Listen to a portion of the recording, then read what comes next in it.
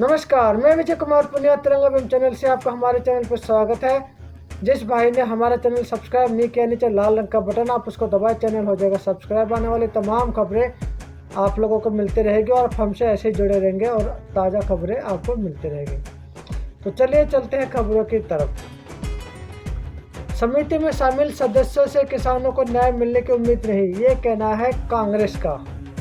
कांग्रेस ने उच्चतम न्यायालय के आंदोलनकारी किसानों के बारे में चिंता व्यक्त करने का आज स्वागत किया, लेकिन कहा कि किसानों की मांग पर विचार करने के लिए जो 4 सदस्यीय समिति बनाई गई है उसके सभी सदस्य तीनों कृषि कानूनों को पहले से ही सही ठहरा चुके हैं, इसलिए उनसे न्याय मिलने की उम्मीद नहीं की जा सकती। कांग्रेस संचार विभाग के प्रमुख रणदीप सिंह सुरजेवाला ने उच्चतम न्यायालय के फैसले पर प्रतिक्रिया व्यक्त करते हुए कहा कि समिति में जिन 4 सदस्यों को शामिल किया गया वे सभी कृषि विरोधी तीनों कानूनों के समर्थक हैं और उनसे किसानों के हित में काम करने की उम्मीद नहीं की जा सकती है। उन्होंने सवाल किया कि जब समिति में शामिल किए गए 4 सदस्य पहले से ही तीनों कृषि कानूनों के समर्थक है तो उनका नाम न्यायालय को समिति के लिए किसने और क्यों दिया। ये थी पहली खबर जो कांग्रेस की तरफ से आई है और जो 4 नाम जो दिए किसने दिया, ये जो है कांग्रेस ने इस पे सवाल उठाया जो कोर्ट को जो नाम दिए गए हैं। प्रवक्ता ने कहा कि न्यायालय किसानों की समस्या को लेकर चिंतित है और किसानों के हित में फैसला दे रहा है। एक दिन पहले ही न्यायालय ने किसानों का मुद्दा नहीं सुलझाने और उन्हें वार्ता में उलझाए रखने के लिए सरकार को फटकार लगाई है। उच्चतम न्यायालय ने किसानों का मुद्दा न्यायालय ने आज भी किसानों की समस्या पर चिंता जताई है और तीनों कृषि कानूनों को अगले आदेश तक स्थगित रखने का फैसला देते हुए किसानों की समस्या के समाधान के लिए समिति बनाई है। लेकिन समिति के सभी सदस्य पहले से ही कानूनों के समर्थन कर रहे हैं। ये अजीब तरह की बात निकल के आ रही जो कांग्रेस के प्रवक्ता सुरजेवाला ने कही है। तो ये थी कांग्रेस की तरफ से एक जो टिप्पणी आई थी कोर्ट के डिसीजन को लेकर, जो एक 4 सदस्य समिति बनाई है उस पर कांग्रेस के प्रवक्ता ने अपना डिसीजन दिया, निर्णय दिया, टिप्पणी भी दी है कि ये जो 4 लोग अगर समिति में होंगे तो किसानों का फेवर में या किसानों के हित में कोई भी निर्णय नहीं आएगा। चलिए अगली खबर की तरफ चलते हैं। कृषि कानूनों के क्रियान्वयन पर अगले आदेश तक सुप्रीम रोक, यानी सुप्रीम कोर्ट ने स्टे दे दिया, यानी रोक लगा दिया कि जब तक फैसला नहीं हो जाता ये कानून लागू नहीं किए जाए। पूरी डिटेल में चर्चा करते हैं। उच्चतम न्यायालय ने तीनों कृषि सुधार कानूनों के क्रियान्वयन को अगले आदेश तक निलंबित करने और एक समिति गठित करने का मंगलवार को निर्णय लिया। मुख्य न्यायाधीश शरद अरविंद बोबड़े, न्यायमूर्ति एस बोपन्ना और न्यायमूर्ति वी रमा सुब्रमण्यम की खंडपीठ ने संक्षिप्त सुनवाई के बाद कहा, हम अगले आदेश तक तीनों कृषि सुधार कानूनों को निलंबित करने जा रहे हैं। हम एक समिति भी गठित करेंगे। शीर्ष अदालत ने कहा, हम समिति में भरोसा करते हैं और इसे गठित करने जा रहे हैं। यह समिति न्यायिक कार्यवाही का हिस्सा होगी। न्यायालय ने समिति के लिए कृषि अर्थशास्त्री अशोक गुलाटी, हरसिमरत मान, प्रमोद जोशी और अनिल धनवंत के नाम का प्रस्ताव भी किया है। ये 4 लोग थे जो समिति के सदस्य हैं और ये फैसला ये पूरा मतलब कि जानकारी इकट्ठी करके किसानों के साथ बातचीत करके ताकि इसका समाधान निकले और कोर्ट को सौंपेंगे। उसके बाद कोर्ट जो है अपना निर्णय देगा। ये जो स्टे की डाटा इकट्ठा करेंगे, जानकारी इकट्ठी करेंगे और किसानों से बातचीत करके जो डाटा को कोर्ट के सामने पेश करेंगे। उस डाटा को देखने के बाद, सारी जांच पड़ताल करने के बाद जो है कोर्ट अपना फैसला सुनाएगा कि कानून वापस लेना है या नहीं लेना है। तो देखते हैं समिति का फैसला, समिति की जानकारी कब तक इकट्ठी होती है, कब तक कोर्ट तो देते। तो इससे इतना हम आगे चलते हैं और अगली खबर की तरफ चलते हैं। तो चलिए आगे चलते हैं। परिवार आधारित राजनीति के खात्मे के लिए आगे आए युवा, प्रधानमंत्री नरेंद्र मोदी ने ये पूरे देश के नौजवानों से आह्वान किया कि परिवार आधारित राजनीति के खात्मे के लिए आगे आए युवा। वो अलग बात है कि भारतीय जनता पार्टी के अंदर भी बहुत से नेता ऐसे जो अपने बच्चों को आगे राजनीति के लिए प्रमोट कर रहे हैं। अगर हम उसकी काउंटिंग कर रहे हैं तो काफ़ी बड़ी लिस्ट है। लेकिन प्रधानमंत्री नरेंद्र मोदी ने जो भी बात कही अपने देश के आह्वान के लिए कही कि तमाम युवा राजनीति में और देश को आगे बढ़ाने के लिए काम करें। प्रधानमंत्री नरेंद्र मोदी ने आज कहा कि भारतीय राजनीति में भ्रष्टाचार एवं भाई भतीजावाद के स्थान पर ईमानदारी और प्रदर्शन को जगह मिल रही है। देश के युवाओं को परिवार आधारित राजनीति को समाप्त करने एवं लोकतांत्रिक परंपराओं की रक्षा के लिए आगे आना चाहिए। श्री मोदी ने यहाँ स्वामी विवेकानंद की 128वीं जयंती के मौके पर संसद के केंद्रीय कक्ष में आयोजित 2 दिवसीय राष्ट्रीय युवा संसद के समापन समारोह को वर्चुअल माध्यम से संबोधित करते हुए यह आह्वान किया और कहा कि देश को नई पीढ़ी को नेतृत्व देने के लिए तैयार होने की आवश्यकता है। इस मौके पर केंद्रीय कक्ष में लोकसभा अध्यक्ष ओम बिरला, केंद्रीय शिक्षा मंत्री रमेश पोखरियाल निशंक और केंद्रीय खेल एवं युवा मामलों के मंत्री किरेन रिजिजू मौजूद भी थे। मतलब प्रधानमंत्री नरेंद्र मोदी तमाम युवाओं से जो आह्वान किया वो तमाम देश भर के युवाओं को सोचना भी चाहिए और इस पर अमल भी करना चाहिए और तमाम देश के युवाओं को राजनीति में आना चाहिए ताकि राजनीति एक साफ सुथरी राजनीति हो सके, देश का विकास हो सके, देश का विकास हो सके, देश हमारा आगे बढ़ सके। तो तमाम देश के युवा प्रधानमंत्री के इस आह्वान पर थोड़ा सा विचार करें और कोशिश करें आगे आए और आगे बढ़े। अभी चलते हैं अगली खबर की तरफ। नए मामलों में गिरावट जारी, मौतों की संख्या दूसरे दिन भी 200 से नीचे। देश में कोरोना संक्रमण की रफ्तार लगातार धीमी पड़ने से नए मामलों में निरंतर गिरावट आ रही है।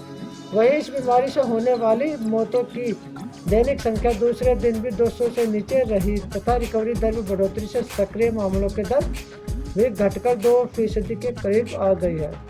केंद्रीय स्वास्थ्य मंत्रालय की ओर से मंगलवार को जारी आंकड़ों के मुताबिक पिछले 24 घंटों में संक्रमण के 12,584 नए मामले सामने आए, जिससे संक्रमितों का आंकड़ा 1,04,79,000 से अधिक हो गया। यानी कि ये भी खुशखबरी है जो कि दिन प्रतिदिन कोरोना के जो संक्रमितों के जो आंकड़े तो दिन पर दिन कम होते जा रहे हैं और हम कोरोना से दूर भी होते जा रहे हैं। यानी कि कोरोना की बीमारी धीरे धीरे हमारे देश में कम होते जा रही है। ये भी खुशी की लहर है और खुशी की भी खबर है। तो देश के लोगों को इससे फायदा भी होगा। जब कोरोना बीमारी खत्म हो जाएगी तो प्रत्येक देश का निवासी खुशी महसूस करेगा और अपने काम में आगे भी बढ़ेगा। तो अब चलते हैं आगे खबरों की तरफ। वायुसेना ने लद्दाख के 286 फंसे यात्रियों को सुरक्षित निकाला। यह भी एक लेटेस्ट खबर है।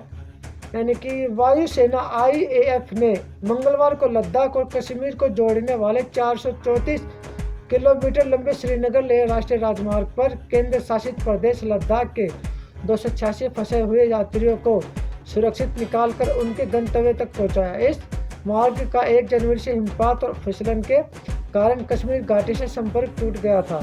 कारगिल कुरियर सेवा के मुख्य समन्वयक आमिर अली ने आज अपराह्न यहाँ कहा कि जम्मू कश्मीर और लद्दाख के बीच फंसे हुए यात्रियों को C-130, C-17 और N-32 विमानों से ले जाया गया है। उन्होंने कहा कि लेह से श्रीनगर जाने वाले 21 यात्रियों, श्रीनगर से कारगिल के 35, कारगिल से श्रीनगर के 19, जम्मू से कारगिल के 21 और कारगिल से जम्मू के लिए 70 और लेह से जम्मू जाने वाले 120 यात्रियों को हवाई जहाज से उनके गंतव्य स्थान तक पहुंचा दिया गया है। आगे चलते हैं अगली खबर की तरफ। अगली खबर है दिल्ली के मौसम को लेकर, जो आज पूरा दिन ठंड का दिन था। यानी कि आज 12/1/2021 को सुबह धुंध हुई पूरी दिल्ली के अंदर। पूरे दिल्ली को कोहरे ने चपेट में ले लिया था। तो उसी की जानकारी आपके सामने पेश करता हूँ, थोड़ा ध्यान से सुनिएगा।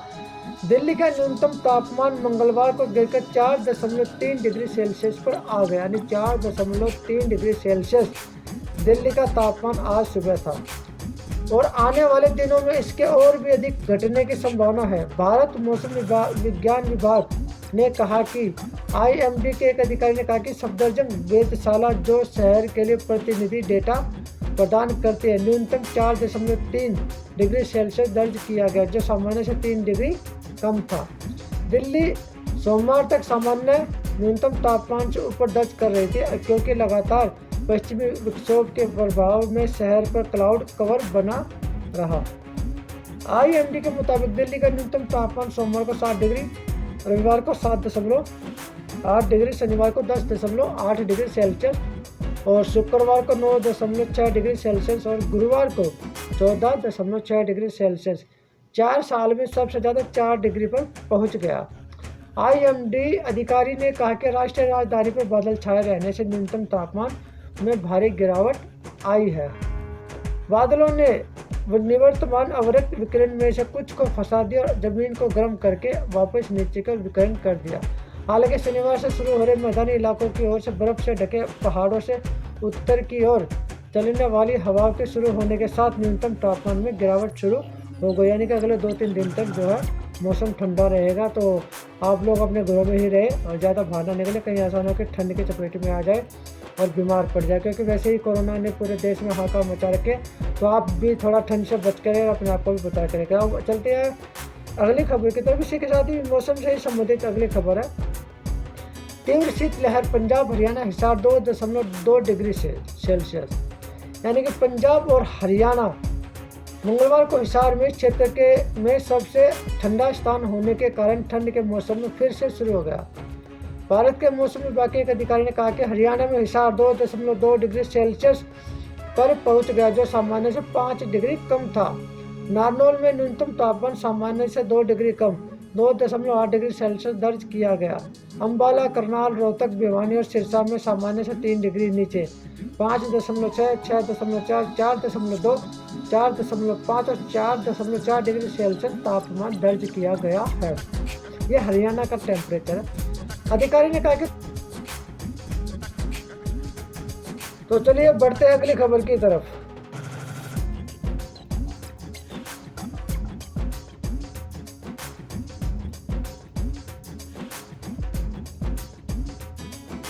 अगली खबर क्या है कि किसानों ने समिति से लेकर आंदोलन जारी। यानी कि जितने भी बॉर्डर पे किसान बैठे हुए और धरना दे रहे हैं, आंदोलन उनका जारी है। उन्होंने जो सुप्रीम कोर्ट ने जो समिति बनाई है उस समिति से किसानों ने अपने आप को अलग कर लिया। उनका कहना है कि हम इस समिति से हमारा कोई लेना देना नहीं और ना ही हम समिति से वास्ता रखना चाहते। पूरी खबर मैं आपको डिटेल में बता देता हूँ।